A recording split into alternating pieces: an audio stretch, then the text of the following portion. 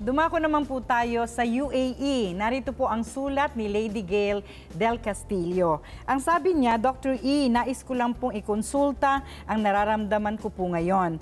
10 months na ako dito sa UAE. Nakatatlong doktor na rin po ako, but for 3 months, continuous bleeding pa rin po ako. Ano po ba ang maaaring makatulong na makapagpahinto ng panreregla at pananakit ng puson? Nawa po ay matulungan niyo ako. Naku, Lady Gail, ang tingin ko, maaring may bukil or bukol or damukol ka sa reproductive organ, no? Pwedeng sa uterus, sa ovary, sa cervix, kaya may continuous bleeding. Maaring sa uterus nga ito no? Ang aking maipapayo sa iyo ay patigilin mo muna yung sobrang pagdurugo. At kung gusto mo magpa-opera, pwede rin naman lalo at malayo ka dito sa atin, no? Pero sa Healing Galing Way, meron tayong natural operation dyan, yung tinatawag natin na VJJ steaming procedure. At kahit malayo ka dito sa amin, pwede mong buksan ang Healing Galing official website. At doon ay may step-by-step procedure na itinuturo ang Healing Galing para sa pagtanggal sa natural na paraan ng paggagamutan ng bukol. Lumalaglag yon, yung mga bukol-bukol na yon na nagdudulot ng pagdurugo, no, sa iyo.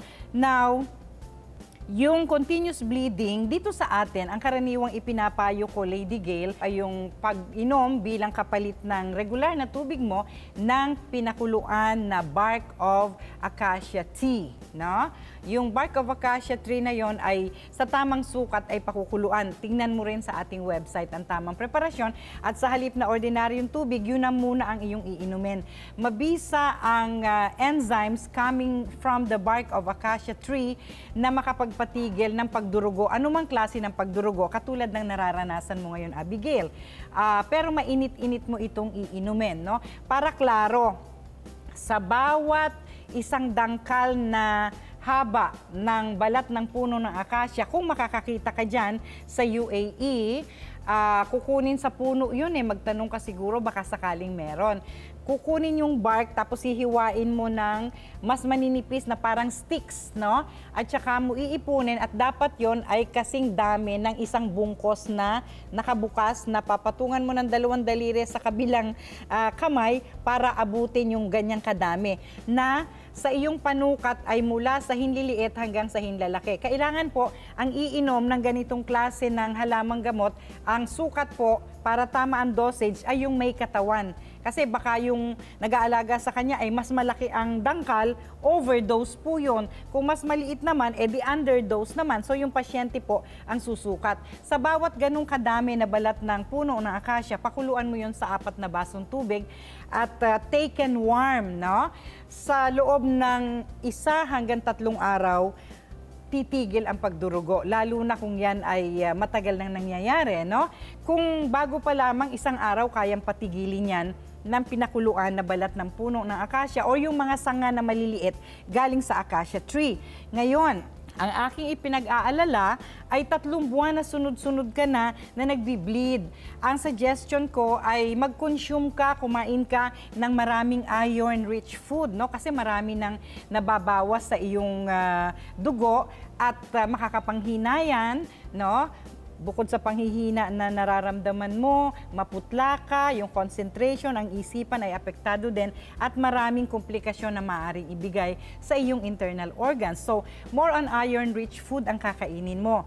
Mula sa kanin, magsimula ka sa black rice para todo na ang iron na ibibigay sa katawan mo, no? Mabubusog ka sa tamang nutrition. Bawasan mo na yung mga hindi masyadong makikinabang ang iyong katawan, no? So sa halip na white rice, black rice to the max na yon, sabi nga ng ating pasyente.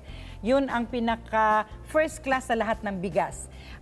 Susunod lang yung red rice, susunod lang yung brown rice, tapos pinakamababa ang uri ng white rice. So doon ka sa black rice. Sa gulay naman, lahat ng mga dark na kulay, no? Lahat ng mas makulay na gulay kainin mo, mas mapula, mas maganda.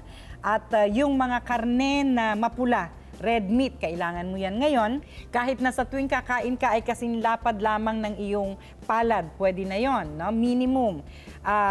Yung mga isda na madugo, tuna, tambakol, tulingan, salmon, no? Kailangan mo yan. Habang hindi mo pa napapatigil, lalo na ang iyong pagdurugo.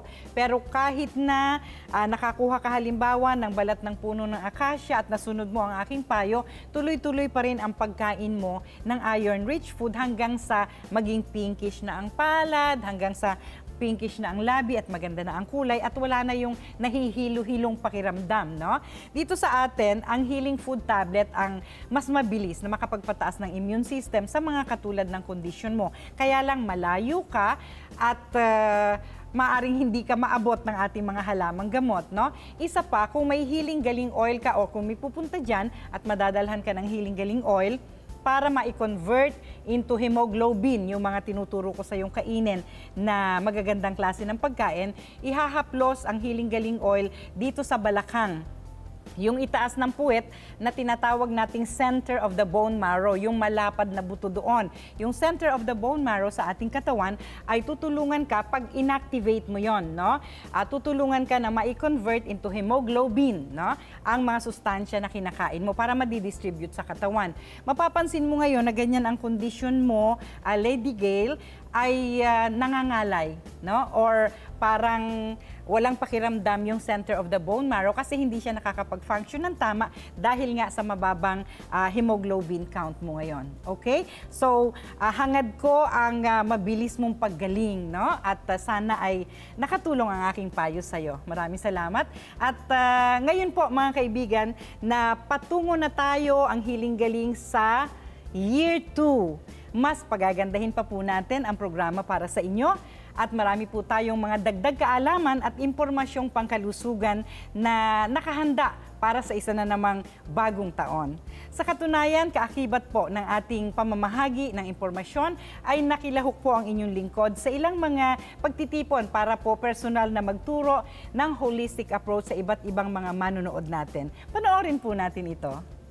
Ibinahagi ni Dr. E ang kanyang ekspertong kaalaman sa natural na paraan ng paggagamutan sa Taxi Squad Seminar ng Radyo 5 noong nakaraang Setyembre. Happy healing morning! Dito sa kwartong ito ngayon, ang may pinakamahalagang kalusugan ay kayo.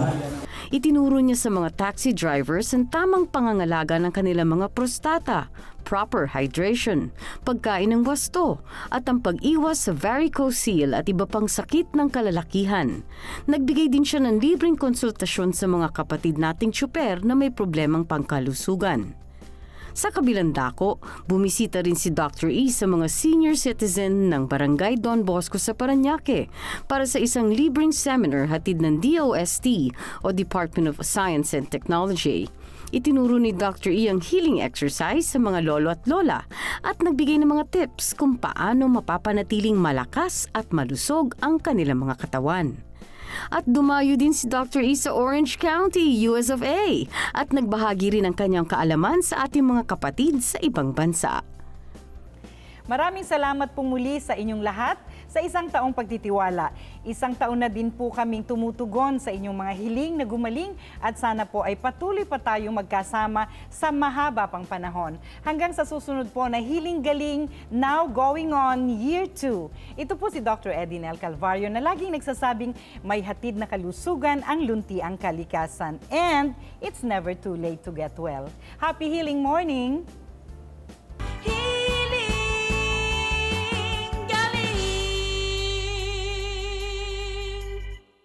Pa ako lang talaga doktora noon, jug ganun. Paano ang paa mo? Jug. O yung hindi Ganyan ko siya. na ganyan. Opo, hindi ko siya makontrol doktora. Ilan na ang nasipa ng paa mo na Ako, yan? sa jeep Dahil lang po doon sa nakaka- medyoma. Madami. Madami. Tas yung Sabi mo yung mukha ng mister mo, nasipa mo na. Ano pa? Pagwawala ng paa ng kapatid nating si Tess, nakaka-stress! Abangan si Dr. E sa Healing Galing sa TV Year 2, Linggo, alas 7 ng umaga sa TV5.